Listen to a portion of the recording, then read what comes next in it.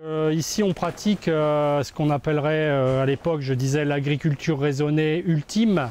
C'est-à-dire qu'on met tout en place pour ne pas avoir à traiter. Donc on en est à arriver au bio. Toutes les conditions sont faites pour que les maladies ne rentrent pas dans la serre, pour que les plantes résistent mieux aux maladies, pour que les insectes prédateurs soient équilibrés par des insectes auxiliaires. Alors, favoriser les auxiliaires, c'est justement ne pas intervenir.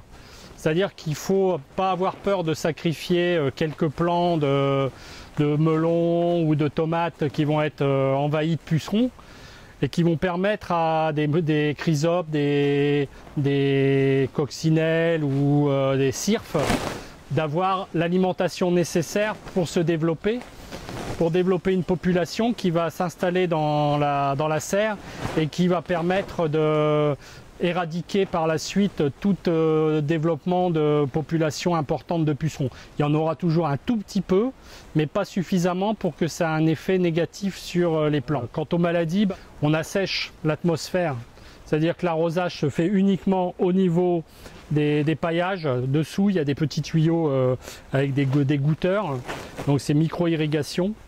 Et puis c'est tout. Et le haut, lui, est mis dans une situation assez sèche, ce qui fait que ça empêche les champignons de se développer. Alors s'il est vrai qu'on n'a pas à traiter contre les insectes, contre les maladies dans la serre, ça n'empêche pas la mauvaise herbe de lever.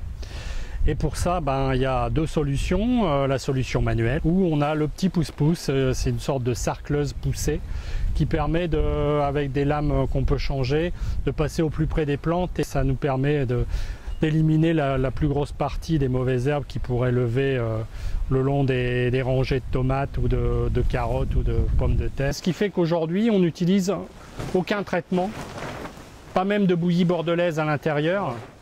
Le seul produit qu'on apporte, c'est des mycorhizes, c'est-à-dire des levures, des champignons au niveau de la rhizosphère pour les aider à mieux contrôler leur alimentation. Et sinon, on n'apporte rien à ces plantes.